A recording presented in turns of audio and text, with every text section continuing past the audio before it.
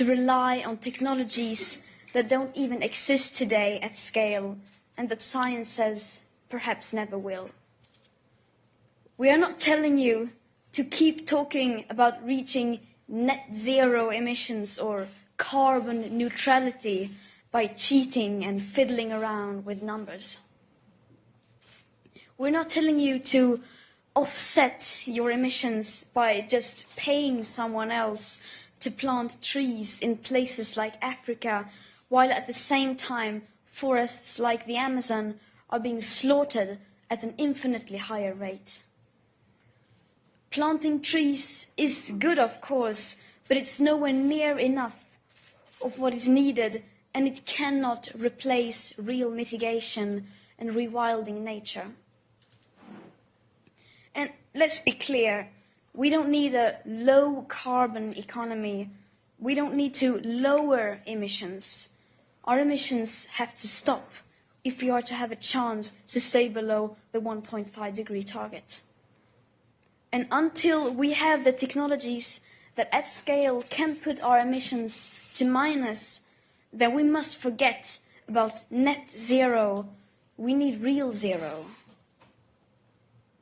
Because distant net zero emission targets will mean absolutely nothing if we just continue to ignore the carbon dioxide budget that applies for today, not distant future dates. If high emissions continue like now, even for a few years, that remaining budget will soon be completely used up. The fact that the USA is leaving the Paris Accord seemed to outrage and worry everyone, and it should. But the fact that we are all about to fail the commitments you signed up for in the Paris Agreement doesn't seem to bother the people in power even the least. Any plan or policy of yours that doesn't include radical emission cuts at the source starting today is completely insufficient for meeting the 1.5 or well below 2-degree commitments of the Paris Agreement. And again, this is not about right or left. We couldn't care less about your party politics. From a sustainability perspective, the right, the left, as well as the center have all failed. No political ideology or economic structure has been able to tackle the climate and environmental emergency and create a cohesive and sustainable world. Because that world, in case you haven't noticed, is currently on fire. You say children shouldn't worry. You say, just leave this to us. We will fix this. We promise we won't let you down. Don't be so pessimistic. And then, nothing. Silence. Or something worse than silence. Empty words and promises which give the impression that sufficient action is being taken. All the solutions are obviously not available within today's societies, nor do we have the time to wait for new technological solutions to become available to start drastically reducing our emissions. So, of course, the transition isn't going to be easy. It will be hard, and unless we start facing this now, together with all cards on the table, we won't be able to solve this in time. In the days running up to the 50th anniversary of the World Economic Forum, I joined a group of climate activists demanding that you, the world's most powerful and influential business and political leaders, begin to take the action needed. We demand at this year's World Economic Forum participants from all companies, banks, institutions and governments immediately halt all investments in fossil fuel exploration and extraction, immediately end all fossil fuel subsidies, and immediately and completely divest from fossil fuels. We don't want these things done by 2050, 2030, or even 2021. We want this done now. It may seem like we are asking for a lot, and you will, of course, say that we are naive. But this is just the very minimum amount of effort that is needed to start the rapid sustainable transition. So either you do this, or you're going to have to explain to your children why you are giving up on the 1.5-degree target. Giving up without even trying. Well, I'm here to tell you that, unlike you, my generation will not give up without a fight. The facts are clear, but they are still too uncomfortable for you to address. You just leave it because you think it's too depressing and people will give up. But people will not give up. You are the ones who are giving up. Last week, I met with Polish coal miners who lost their jobs because their mine was closed. And even they had not given up. On the contrary, they seem to understand the fact that we need to change more than you do. I wonder, what will you tell your children was the reason to fail and leave them facing a climate chaos that you knowingly brought upon them? That it seemed so bad for the economy that we decided to resign the idea of securing future living conditions without even trying? Our house is still on fire. Your inaction is fueling the flames by the hour. And we are telling you to act as if you loved your children above all else. Thank you.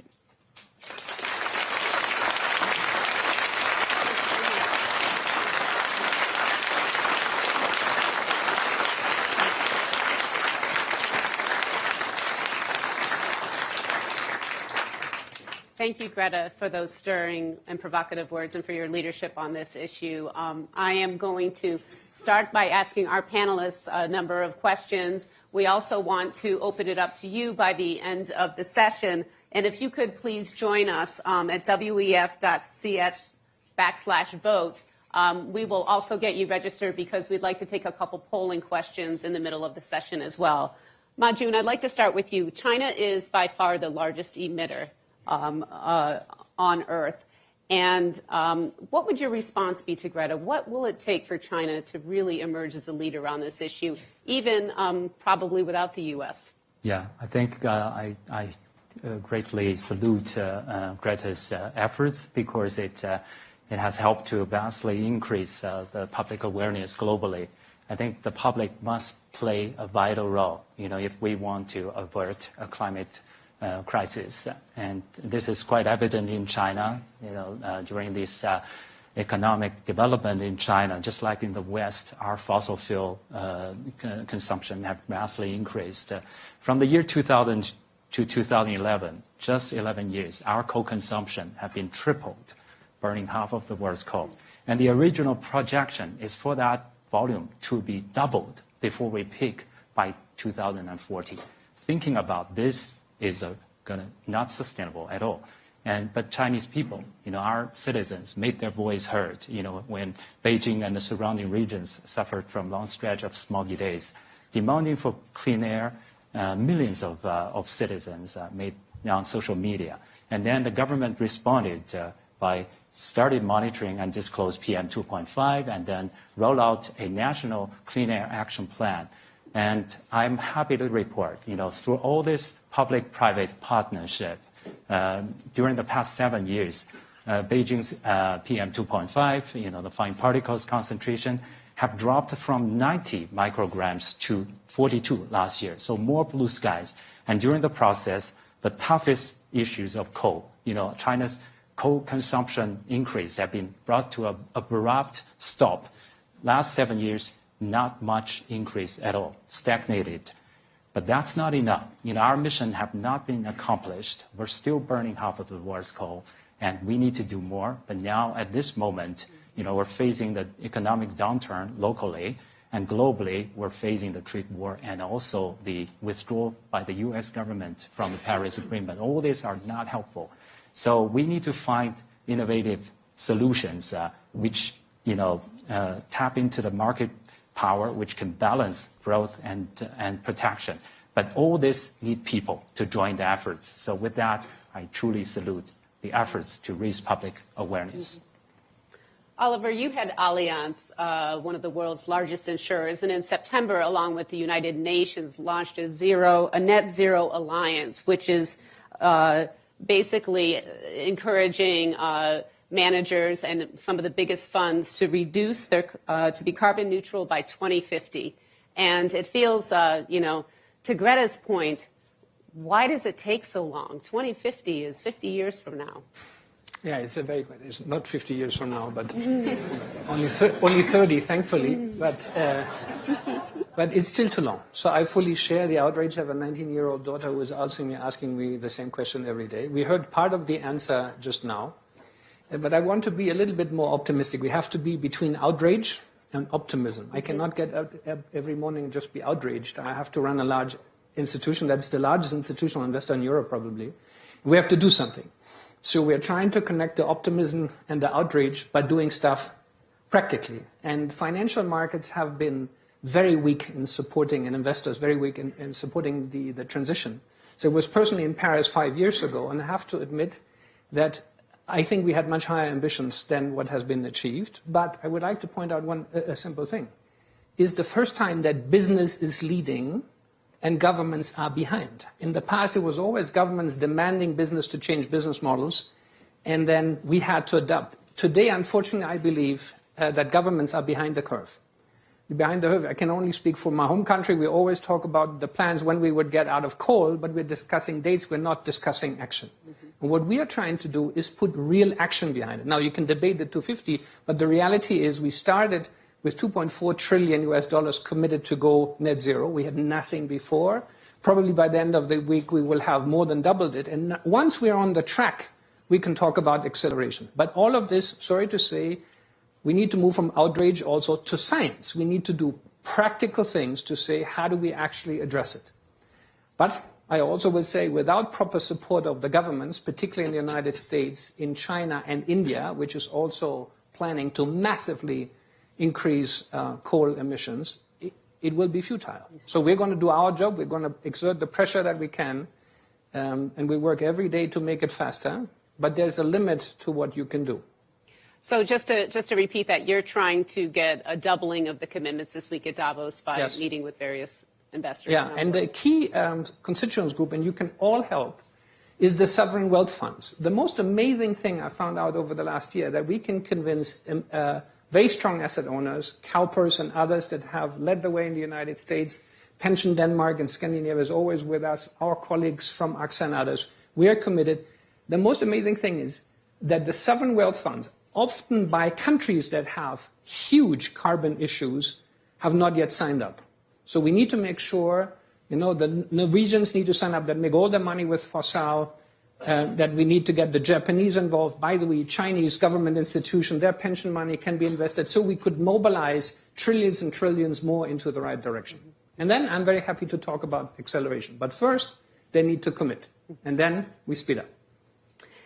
Hindu, you come from Chad, which is firsthand experiencing the impact of climate change, and you also serve on the board for the Tropical First Alliance. Can you talk about climate change and how it's affecting the people in Chad, and really the enthusiasm and willingness for them to play a very big role in what needs to happen?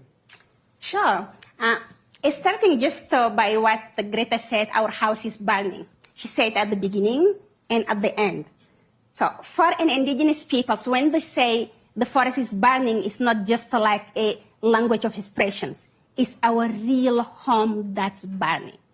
Because indigenous peoples from all over the world, it can be from Chad, from Amazon, or from Indonesia, we are depending from these forests, who is our food, our medicine, who is our pharmacy, our educations. So for indigenous peoples in Chad, and especially my community who are pastoralists, cattle herders, is still nomadic. We are not depending from the end of the month. We are depending from the rainfall. And the climate impact, it's in our environment, in our social life. Our environment, when the rain become much and much shorter, with a heavy rain who can flood all our crops, or with a drought who can follow and dry up all our food. So that lead to the community to fight among themselves just to get the access of these resources that's shrinking. This is today. This is our reality. When forest is burning in Australia, in Amazon, it's forest that disappearing. But in my region, in Sahel, it's people that dying because of the climate change, losing them life, who do not think about the future. And that's also when people talk about 2050, for me, I'm like, really, seriously? By 2050, there's no solution for this planet. We need it now. So when the fight, you hear about the migrations, who become more and more. They migrate just to get adapt, to get access to the resources. And that's also what's happening the last months in Burkina Faso, in Mali, in Nigeria, and going on and on. The people who live in harmony among themselves, between pastoralists and farmers, now they are fighting. So the nature who protect us become an enemy for the peoples. That's how we are experiencing it every day. And that changed the social life of man and women together. And we get more the impact is severe. So the action, I think it needs to happen now. And that's also why the Company Act is good. Chinese acting is good. But are we acting now? Are we acting for the real peoples? If we are doing it, yes. So don't talk about zero net by 2050. Talk about acceleration today. Change your policies. Change your business. Because for us, we are already getting mitigated and adapt. Let me tell you why very shortly. Because indigenous peoples around all the world, we have the wisdom. We are the most impacted. But we understand this nature. We develop the knowledge. We get adapt. And we know how to restore those forests who are burning. And look at the news in Guardian where they are saying the indigenous peoples of Australia, the two old women protecting them land because they know how to keep the fire away. It's the case of all indigenous peoples. A grandmother from Pacific, she knows where to get the crops after the hurricane to feed her family.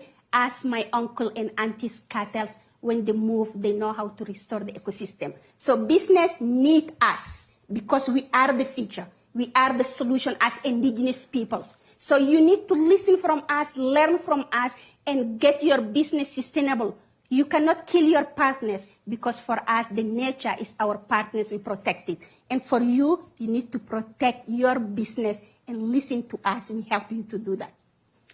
Right.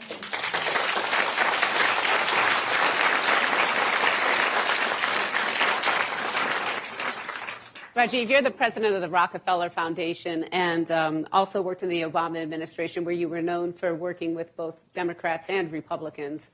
Is there any hope for climate not being a partisan issue? As Greta said, she doesn't really care about politics, but that's usually how it plays out.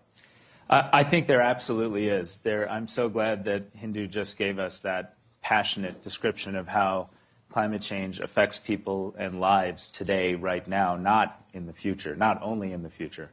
And I think that's perhaps the key to getting out of a political debate about climate change and getting to practical solutions. I've had the experience of walking on farms in Ethiopia with famous climate deniers from the United States Congress.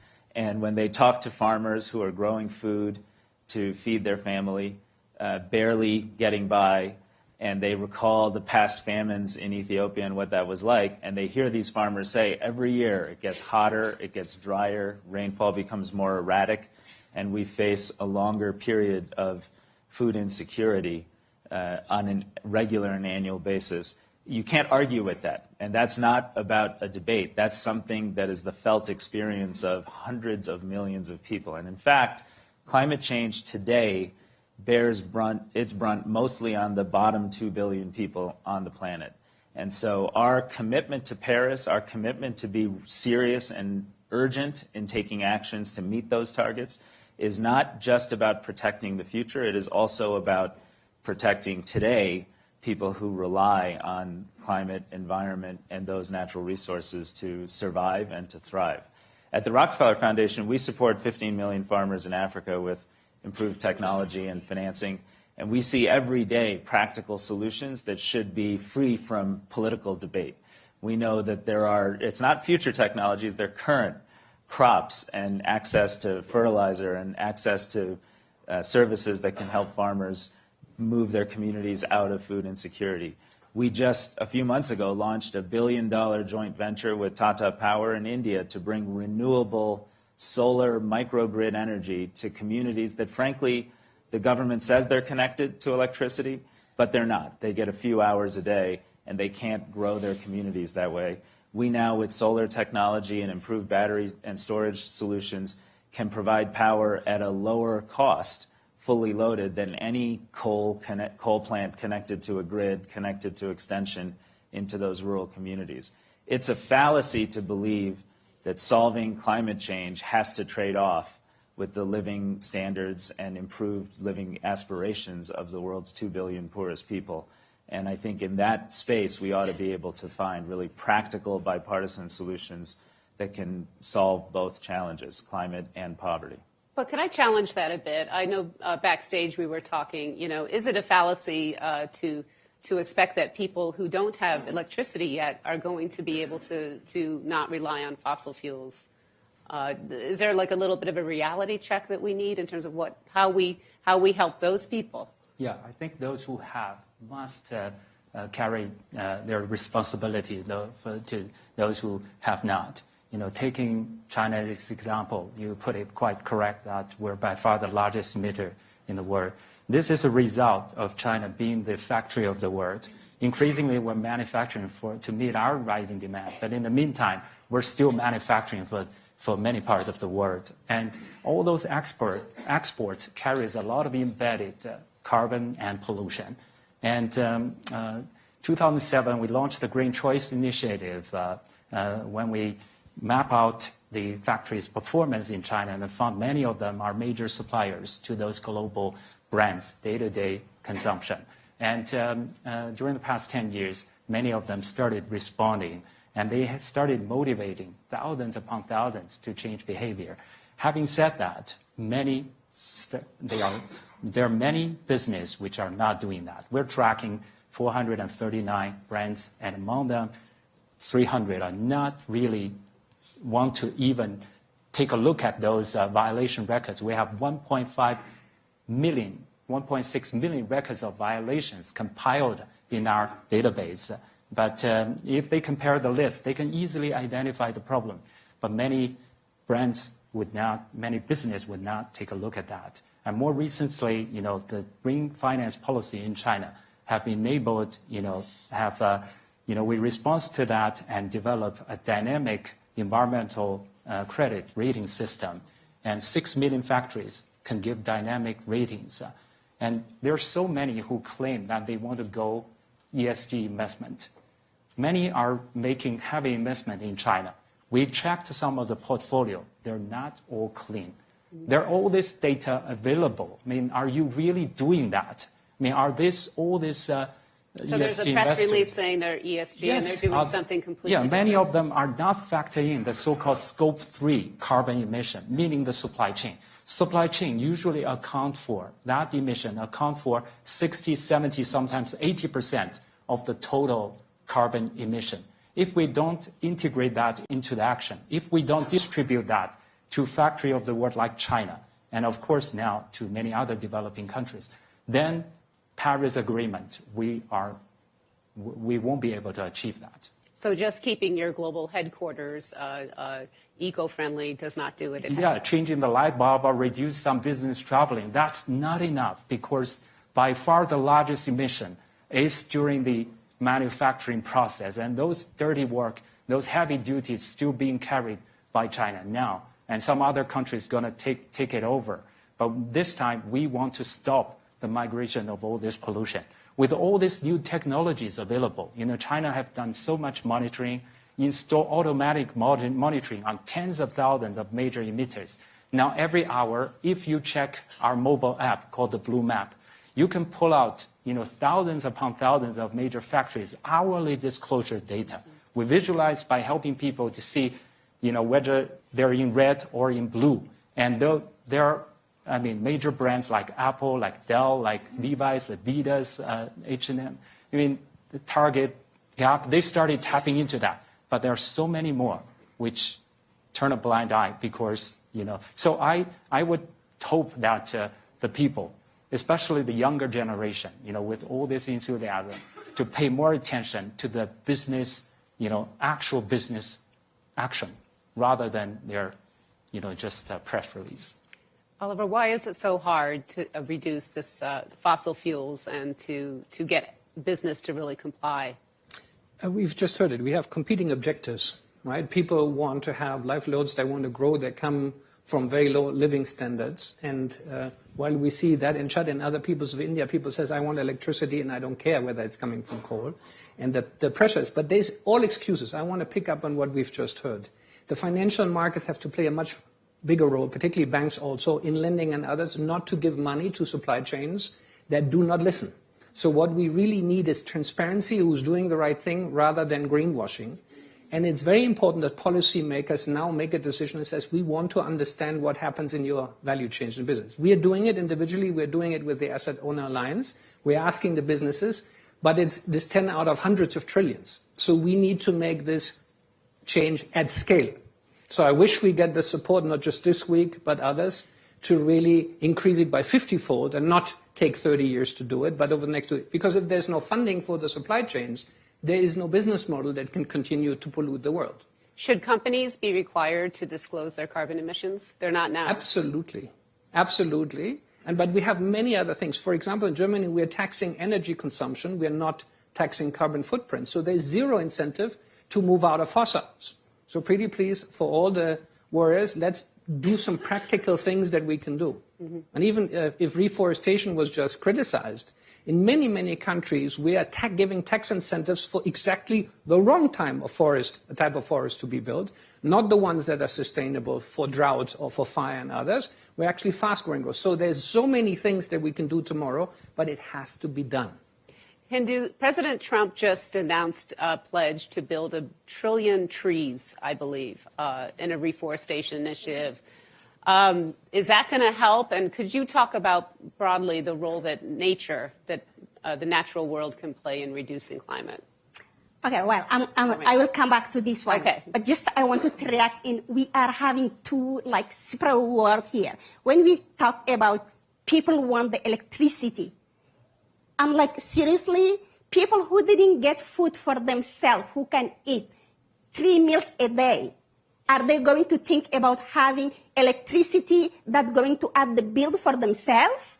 So I think we need to talk about this inequality between what is technology, what is development, what is the need of the peoples, before to talk about how we can tackle climate change on energy or not. So developed countries need to shift and right now from the dirty energy, from coal or whatever, to the clean energy, but not for developing countries, because developing countries have the priority to eat first and then focus the energy. Coming back to your questions. 3 trillions trees. When we talk about trees, I think most of the bigger power think planting a tree is the solution to the climate change. That's it. But planting trees, yes, we need to plant them. But how about keeping those who exist, the ecosystem who exists already? How about restore it? How about protect it? We can't give the excuse by planting 3 trillion trees and cutting those who can make a paper, who can make whatever that they want and make more money to them. That's the questions. So planting the trees is a second phase of the business. And we know how to do this restoration. Indigenous peoples in Amazon, when you go to them land, is the most diverse ecosystem. It's better than a national park because the government can't protect the national park from the fire or from the deforestation or from the illegal mining. But indigenous peoples can protect them land. That's why the ecosystem is more diverse there. It's the same in the Congo Basin because Chad, of course, is desert country, but it's part also of the Congo Basin. That's how we are protecting it. So we have the knowledge to do it. Let me give you one example on how we are restoring it. Like my grandmother is the best technology ever. Because she can predict the weather without having a cell phone or internet. She can predict the weather by observing the wind direction, by observing the birds' migration, by observing the tree flowers. She can tell her peoples from where they have to go to get water and pastures.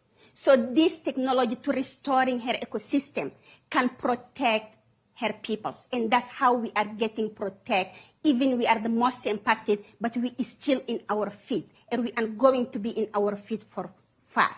So let us restore this ecosystem and join all together, yes, to plant the trees after. Let me give you another example on trees. Quickly. Just a very short. Okay. The green word in Sahel, we say Sahel is a big land of desertification. But if community come together and each one of them take the responsibility of restoring his own land, that's the best way of planting trees. But not throwing millions of them, but giving the people's responsibility to make them themselves because they know it is them survival.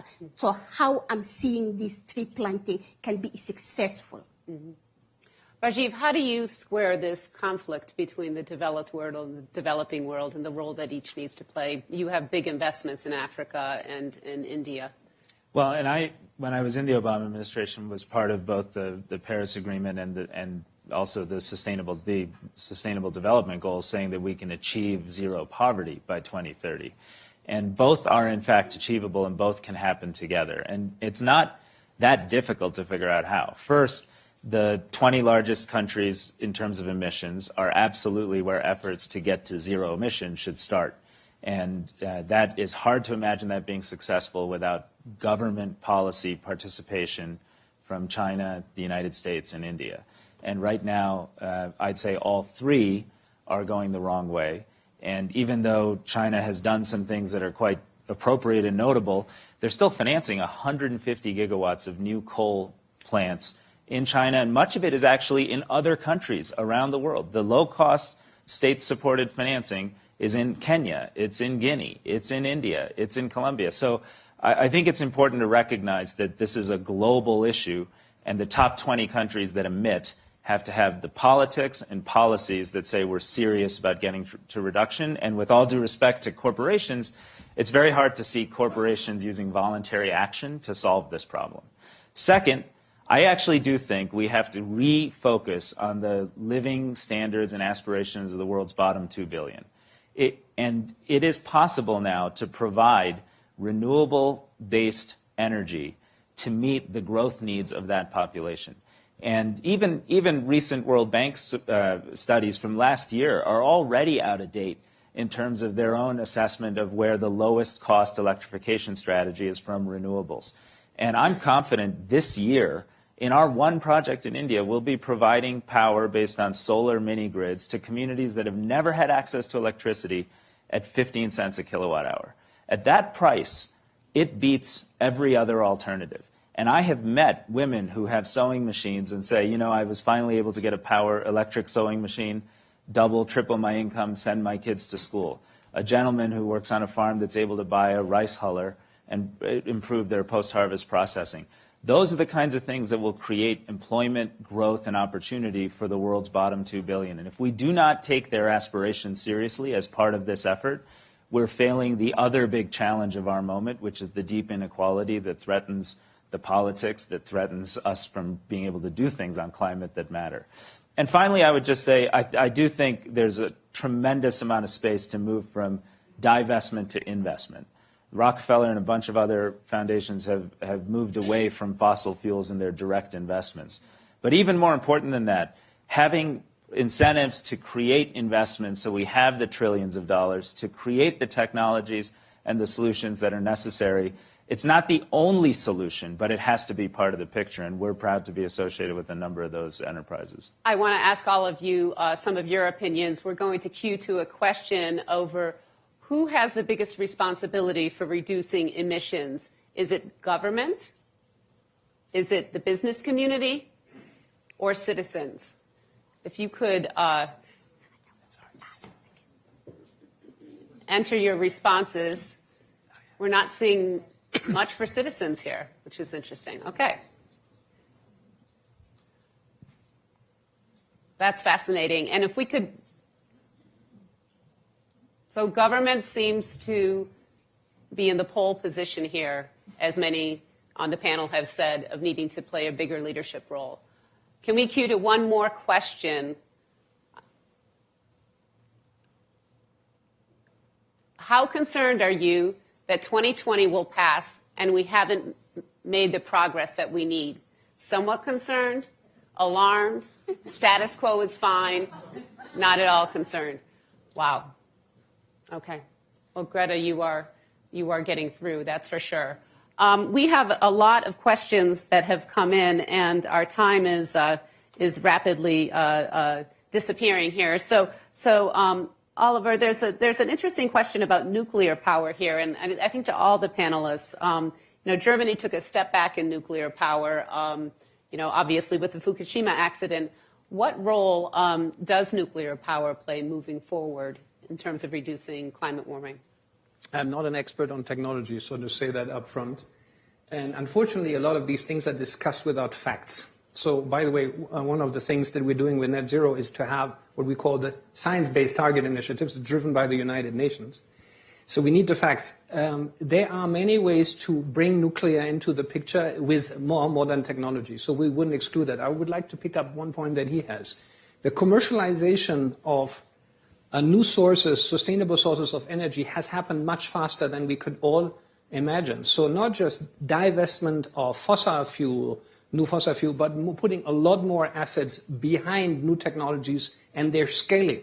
Unfortunately, we have many of these examples, but we're not scaling fast enough. So where are the proper incentives? How do we scale that? So what I'm trying to pick up from Greta is it is taking too long because we're having too many anecdotes, too many nice stories, and too little systematic planning and execution. We need to move from words to action. Mm-hmm. Mm-hmm. Majun, is there any way, the government of China obviously is very powerful. Your approach is to activate the private sector largely. Is that letting the government off the hook?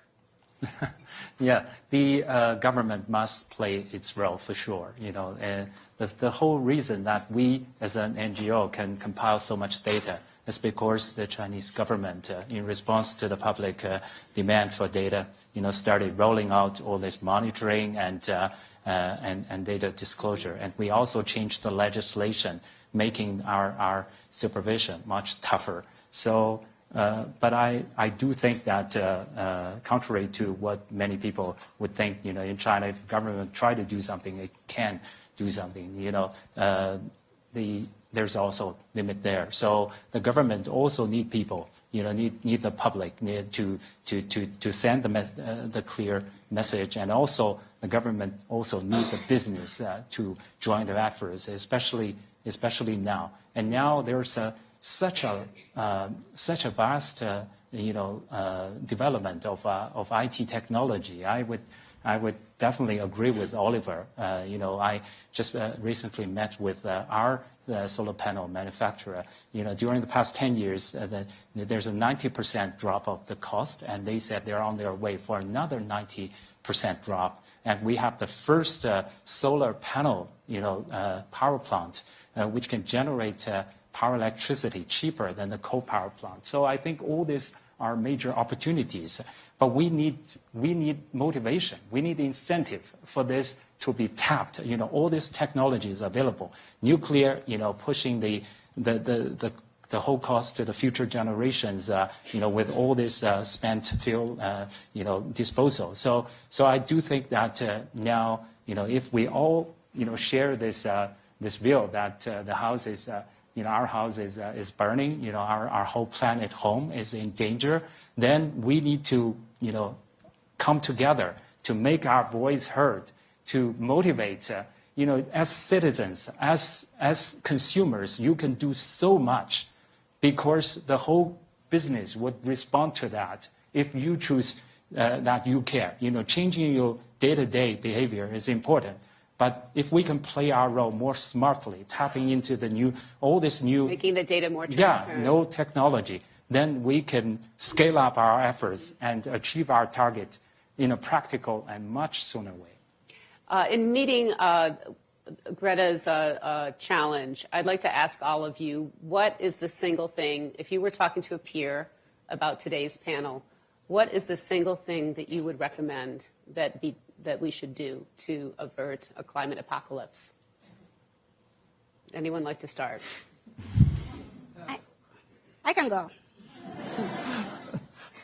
I think the single thing that I want, the emergency is now.